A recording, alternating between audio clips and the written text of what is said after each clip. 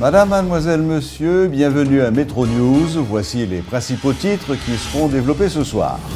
Le Conseil électoral provisoire annonce ce mardi qu'il va tout mettre en œuvre afin de respecter le calendrier électoral. Levée de la grève des médecins résidents des hôpitaux publics. Un accord a été trouvé entre les autorités sanitaires et les médecins grévistes. Visite ce mardi en Haïti du ministre dominicain des Affaires étrangères, Miguel Vargas Maldonado. Celui-ci s'est entretenu avec son homologue haïtien, Pierro Delienne.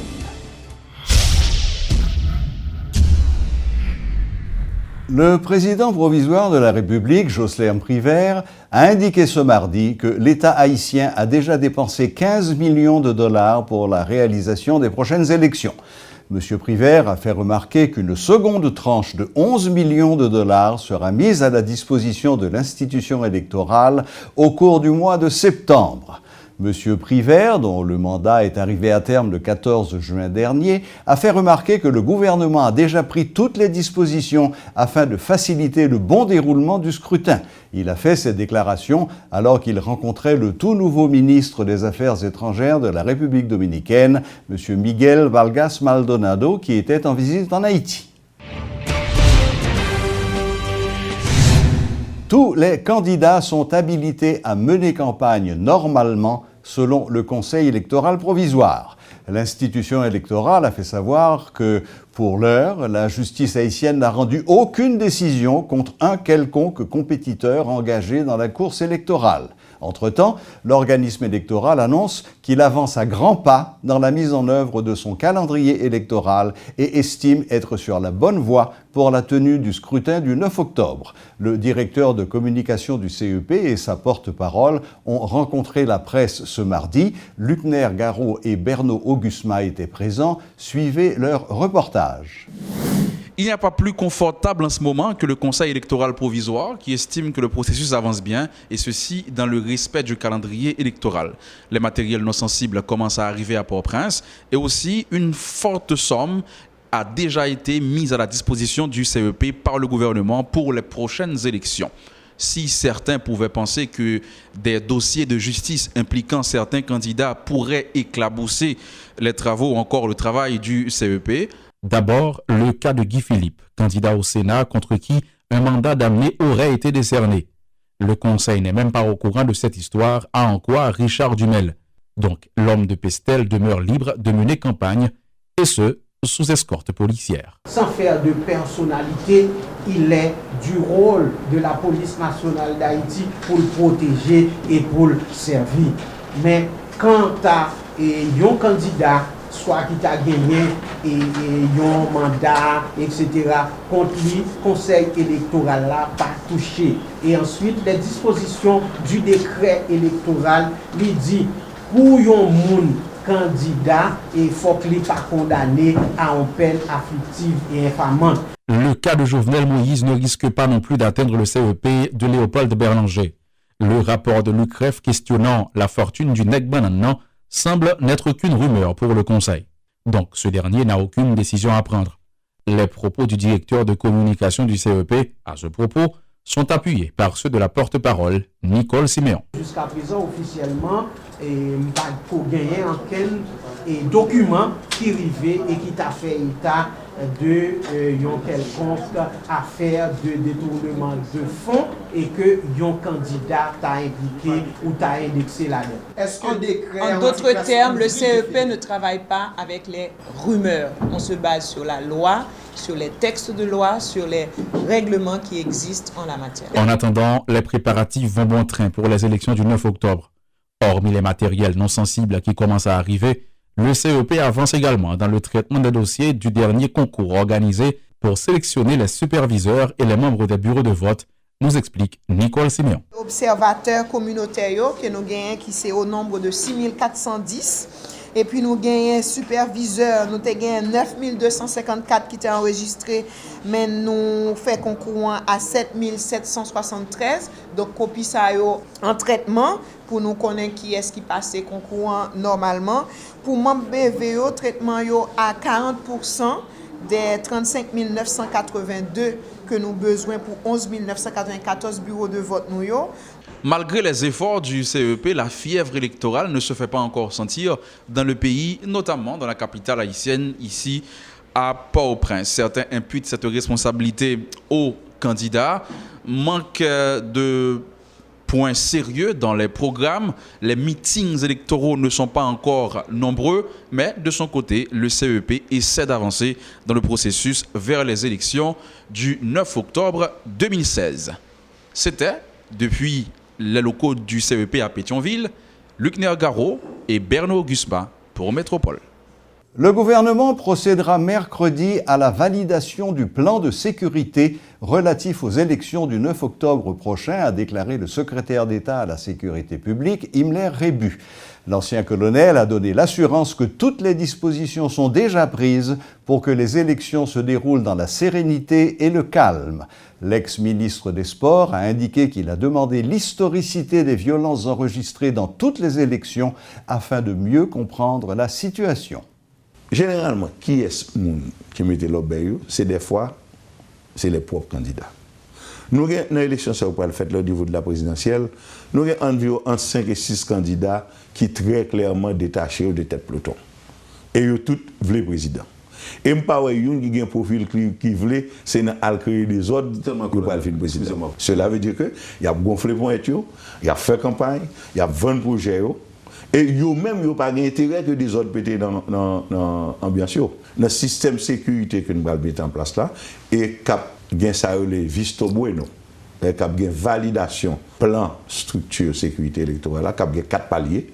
Parce que sécurité, ce n'est pas seulement la police. Ou gain tout agent gouvernement qui est dans l'infrastructure, là, ou gain tout maire qui connaît habitude zone problème qui est habitué. Donc nous recueillons toutes données ça et plan sécurité global là, il y a une spécificité chaque zone. Par exemple, il y a des zones qui sont des zones difficiles. Nous avons 3 départements qui assez souvent en matière électorale, c'est rare que il y ait de gros problèmes parce que c'est de côté et mon yo c'est un plus chaud que l'autre côté. Nous l'avons déjà dit et répété, Haïti risque de se retrouver sur la liste noire des pays où la lutte contre le blanchiment des avoirs et le financement du terrorisme n'est pas efficace. Le groupe d'action financière des Caraïbes, GAFIC, menace de sanctionner le pays si rien n'est fait. Pour en parler avec nous ce soir, nous avons l'économiste Kessner Farrell. Bonsoir Kessner Farrell. Bonsoir, Serge. Kessner Farrell, si Haïti se retrouve sur cette fameuse liste noire, les conséquences seront catastrophiques pour tout le pays. Pour le système bancaire, pour les industriels, les commerçants, les importateurs en général, et aussi et surtout peut-être la masse des Haïtiens qui chaque année reçoivent quelques 2 milliards de dollars par transfert, et tout cela ne sera plus possible. Alors commençons par le commencement, Kessner Farrell. C'est quoi exactement le de-risking? Le de-risking, pour traduire ça en français, c'est la réduction de risque dans un système financier en particulier. Et on ne peut pas éliminer, annuler complètement le risque, mais on peut minimiser et réduire le plus possible. C'est exactement ça, ce phénomène, qui a commencé depuis quelque temps déjà, après, vous savez, les événements de septembre aux États-Unis 2001. Il y a eu ensuite la crise financière internationale et les problèmes de blanchiment d'argent, que ce soit en termes d'évasion fiscale ou encore tout ce qu'il y a comme drogue. Eh bien, les pays les plus avancés ont voulu se protéger et ont décidé de prendre des mesures de conformité, compliance comme on dit, pour réduire considérablement le risque.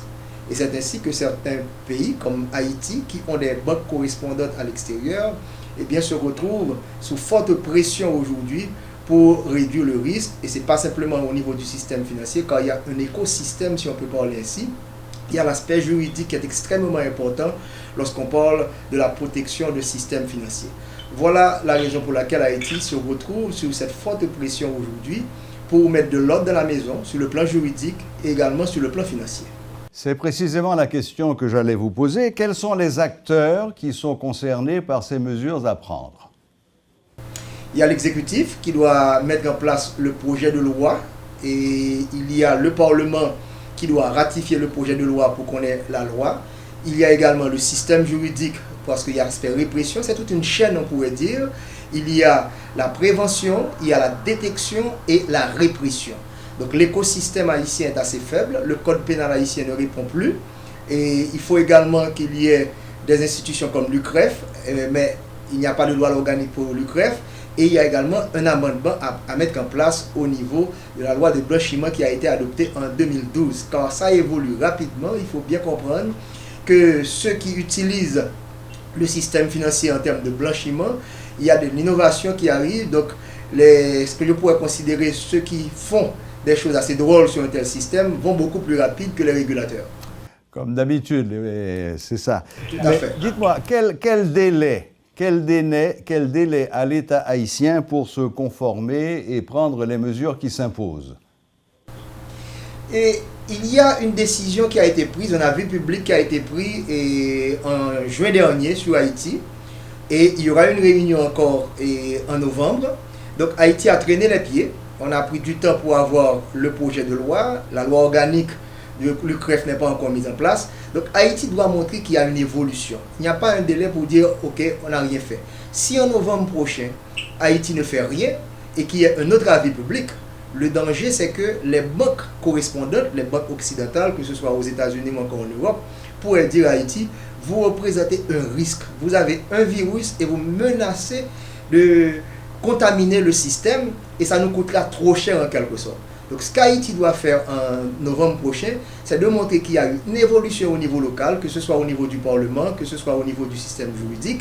Et là, on éviterait quand même d'avoir un avis public négatif contre le pays. Bien, il semble malgré tout qu'un certain nombre de personnalités, d'instances dans ce pays aient pris conscience de l'urgence qu'il y avait à réagir, d'oublier cette tradition haïtienne de l'Ibokota Naguintan. Est-ce que vous pensez vraiment que ces gens sont sur la bonne voie? Malheureusement, Serge, on a pris trop de temps. Et bien au contraire, c'est la culture haïtienne Naguintan. Vous savez que les Suisses ont créé la montre, et nous en Haïti, nous avons créé le temps. C'est malheureux. Oui. Et nous avons le temps. Naguintan. Et c'est la raison pour laquelle Haïti se retrouve dans une situation urgente. Il y a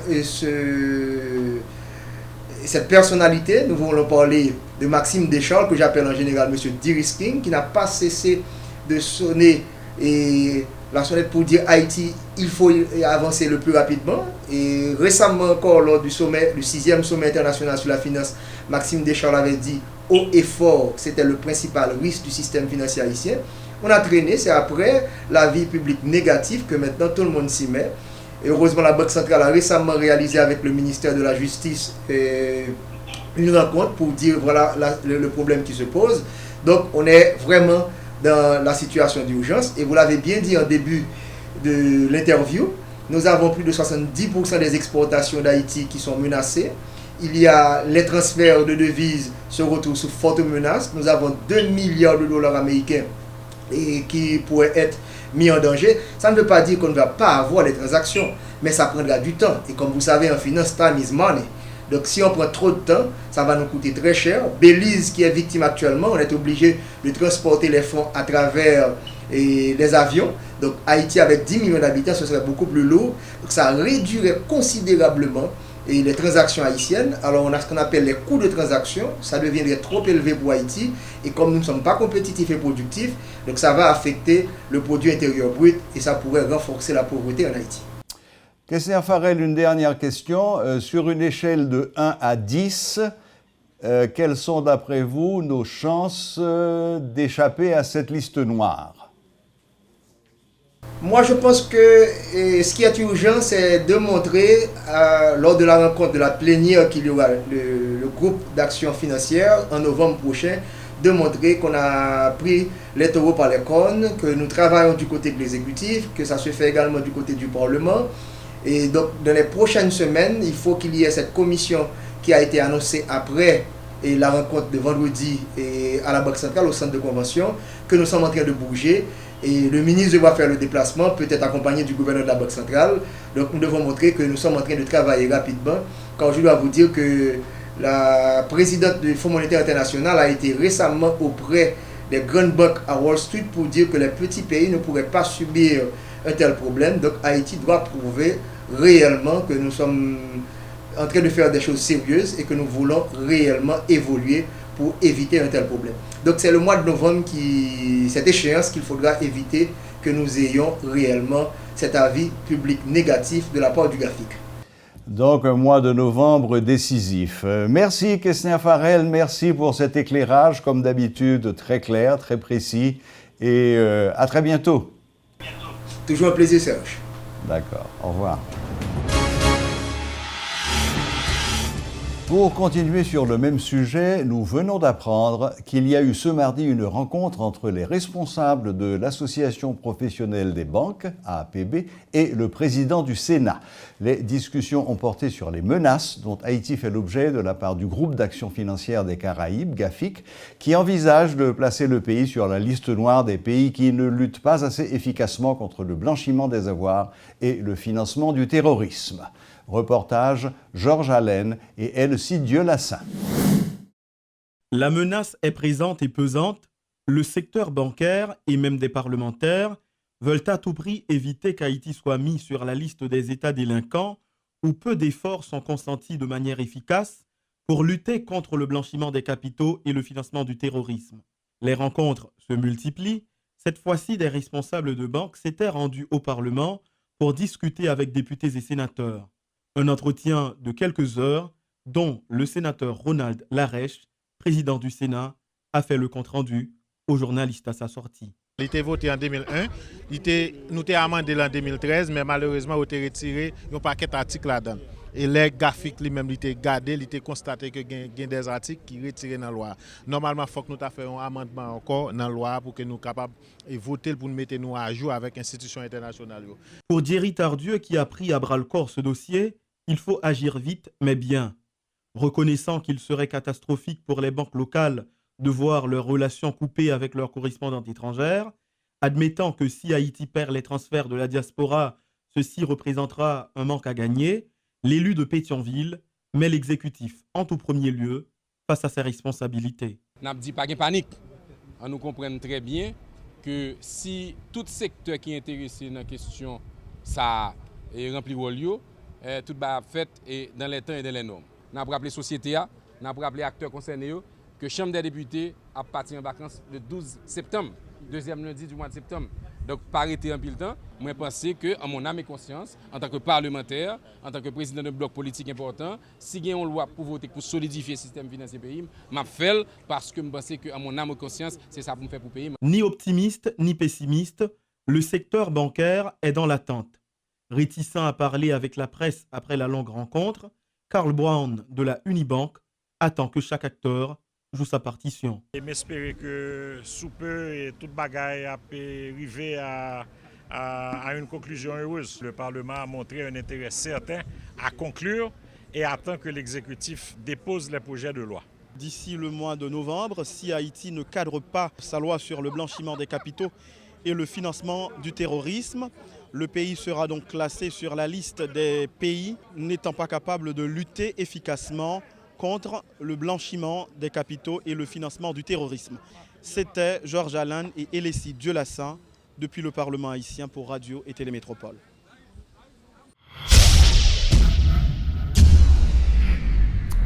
Ouf de soulagement pour les patients des hôpitaux publics. La grève des médecins résidents à l'hôpital de l'Université d'État est levée. Selon Michel Clairfort, un des médecins concernés, les grévistes ont fait des concessions et les autorités ont pris des engagements pour trouver une issue à la crise qui paralysait l'institution depuis le mois de mars dernier. Le docteur Clairfort a fait savoir qu'une augmentation de 100% des frais est accordée aux médecins résidents. Il précise également que les deux parties s'engagent à établir une meilleure communication entre elles. En réaction, le directeur général du ministère de la Santé présente la levée de la grève comme le fruit de la concertation et des négociations. Le docteur Gabriel Timothée explique que le ministère a fait beaucoup d'efforts pour satisfaire les protestataires et qu'un comité de suivi a été mis en place. Bonsoir, docteur Michel Clairfort. Je vous dis bonsoir. Voilà, docteur Clairfort, finalement, la grève est levée à l'HUEH après des mois de fermeture, de discussion et d'embarras pour la population. Nous aimerions avoir le point de vue du gréviste que vous êtes sur les négociations qui ont mené à la levée de cette grève. Oui, effectivement, hier, on a annoncé une levée officielle de la grève au niveau des hôpitaux universitaires et publics qu'on a entamé il y a tantôt plusieurs mois. Malheureusement, ça a pris tout ce temps, mais ce n'est pas quelque chose qu'on avait espéré. Mais dommage par rapport à l'incompréhension de certains et la lenteur de l'État face à la situation, ça a pris tout ce temps. Mais après plusieurs rencontres, plusieurs négociations pour pouvoir discuter et faire des concessions, on est arrivé à un minimum pour qu'on puisse lever la grève, mais on va continuer avec les négociations parce qu'il y a des choses qu'on peut faire à court terme, à moyen et à long terme. Oui, j'imagine qu'on ne remet pas en route une institution comme l'HUEH du jour au lendemain, il faut un certain temps. Ouais. Oui, hier, on a levé la grève, mais on n'a pas encore recommencé totalement. Parce qu'il y a des travaux d'assainissement qu'on est en train de faire dans nos chambres qui ne sont pas encore prêts, qui devraient être terminés depuis le week-end dernier, mais ça n'a pas encore terminé, donc on les attend. Mais d'ici demain, ils m'ont donné la garantie que les chambres vont être prêtes. Je pense que dès le 1er septembre, on pourra recommencer à travailler totalement et faire les gardes. J'ai vu dans les nouvelles que vous aviez obtenu une augmentation de 100% de vos frais. Ce n'est pas petit, ce n'est pas négligeable. Bon, oui, concernant dans nos revendications, on avait un package avec une augmentation des frais et salaires des personnels et assainissement, intrants, sécurité, de cafétéria et pour notre formation également, et je passe. Mais on était arrivé dans les négociations pour dire qu'il y a des choses, dès qu'on l'a, immédiatement on pourrait commencer. On avait réduit à 3 points immédiats et les autres on pourrait venir avec après. C'était les intrants, l'assainissement et l'ajustement des frais. Donc on attend que cela se fasse. On félicite la Chambre des députés déjà qui a fait un grand pas et qui a fait une réaffectation d'environ de 800 millions à 1 milliard de gouttes dans le budget pour le MSPP. On attend le Sénat maintenant pour voter le budget pour qu'on puisse arriver à avoir un soulagement et dans les différents centres publics du pays.